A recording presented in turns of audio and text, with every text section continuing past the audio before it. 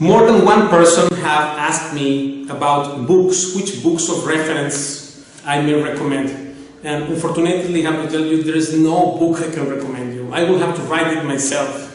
I discovered so many things about modern flamenco which does not coincide with what is in books. They're commercial books for selling, or what everybody has. You can buy a book of flamenco and then it says that Soleá is the origin of everything.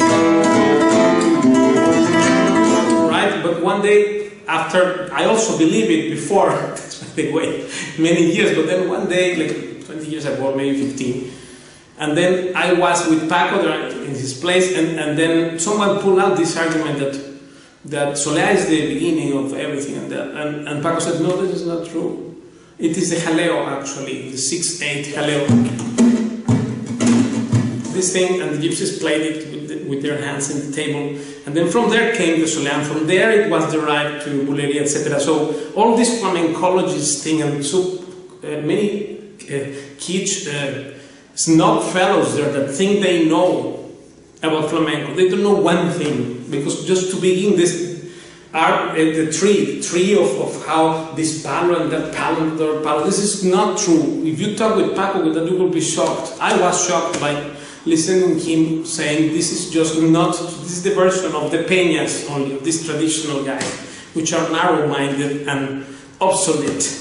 But really, flamenco, as origin, it came from this gypsies playing the jaleo thing, and if you don't understand jaleo, what it is, from jaleos de Extremadura and that, you know, like Syria thing. This piece here, this is a jaleo also, as a style.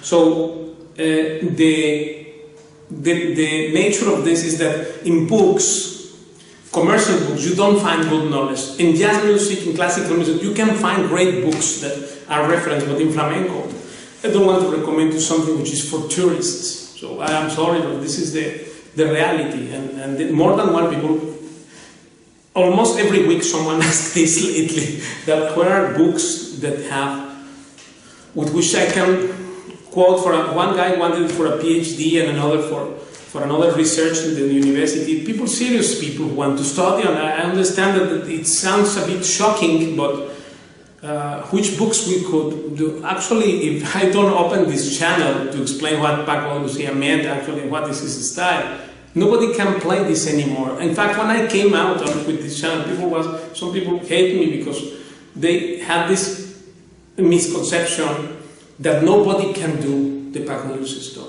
Who says that? I told this to Paco himself. And he said, then I am useless or what? I am so great that nobody can do it. I am so great that it's useless my contribution or what? So this is an insult actually. Of course you can do, but you need to get training. Of course some lazy fellows will rather say that. And when I asked this to Paco, his answer was, he goes, how many hands you have? 2. I also have 2. Arms? 2 also. Shoulder? 2.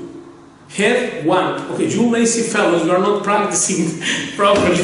That's why you don't do it. But if you keep saying nobody can do nobody, what is this thing? So this is part of this narrative which these kitsch people is always doing. That actually they hate Paco, they don't even want to acknowledge him. They forcibly have to begrudgingly say it now, even nowadays. But I noticed these things very clearly, but these peñas and all these flamencologists, all these so-called experts in flamenco, they know zero about it.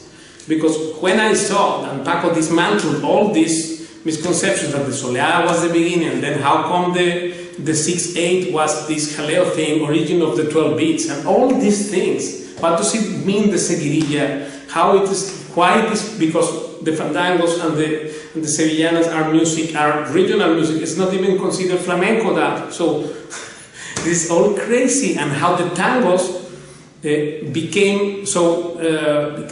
Before there was only tientos, and there was not solo guitar with tangos, and Paco innovated with that, and now the tangos and rumba became same thing. But long time ago, you know, the rumba of Peret, this kind of savage strumming, this kind of thing we call that the Peret, you know, the so-called king of rumba. That because before there was this mix of Cuban music, it was called ida y vuelta, going back and forth from Cuba and then taking it back, right? So this is what it means. And the rumba, in fact, there is rumba in Cuba, which, you know, this kind of thing, which is rumba too. But then some people in the 70s took these things. But then Paco changed it all of that, and actually he reestablished what the tangos means about also speeds, intention, the groove, and the rhythm, and put there.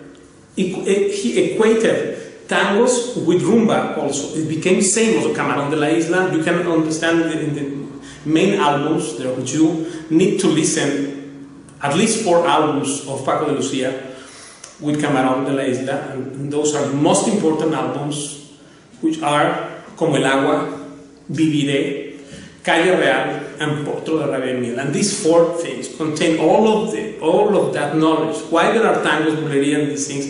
There is one seguirilla and the Lucia album, okay, like that. But the context of everything, what is regional, what is not, what is origin, what is not, is all wrong in the books. And the so-called knowers of this are just a fake. That's not true, because when I explain this, listen how Paco was saying this, his explanation about this jaleo actually being the original of that, was just, man, it just shocked me, this thing, because one believes one thing which reading books or everyone says, and then it comes this great personality and says, you know what, this is just another tourist version of the kitsch traditionals. Because actually, what they are basically saying that the soledad is the origin. How come there can be the soledad the origin and then the alegría de bulería? It doesn't make one sense.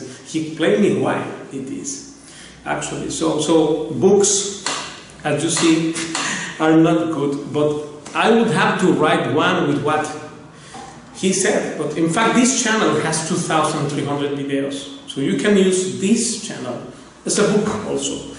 Another thing is that in flamenco, to conclude, I want to say that here you need to start playing and stop theorizing. You need to realize things by playing. Once you play the thing, then you start to realize this music, and then it will become true. That you can make any book, or you can write one actually if you want. Muy bien, Pablo. Paco, ¿qué es para usted la música popular y qué es la música elitista? Yo creo que la música elitista es el refinamiento de la música popular. Por ejemplo, el flamenco. El flamenco originalmente es una música popular, la música del pueblo de Andalucía. Pero creo que ya no le pertenece más al pueblo, porque de pronto habemos gente que nos hemos pasado toda una vida encerrados, puliendo esa expresión popular. Entonces ha llegado a un nivel en el que el pueblo ya no tiene acceso, sobre todo a los matices que vamos consiguiendo la gente como yo, que nos pasamos muchas horas elaborando esa música. Me ayudó porque descubrí ahí la improvisación. La improvisación es algo que yo pienso que cada músico del estilo que sea, del clásico, del flamenco, de cualquier otra música, debería aprender, porque la improvisación te da mucha libertad y a la vez te da mucho conocimiento de dónde estás tocando, de cómo estás tocando, de qué armonías están en cada momento, ¿no?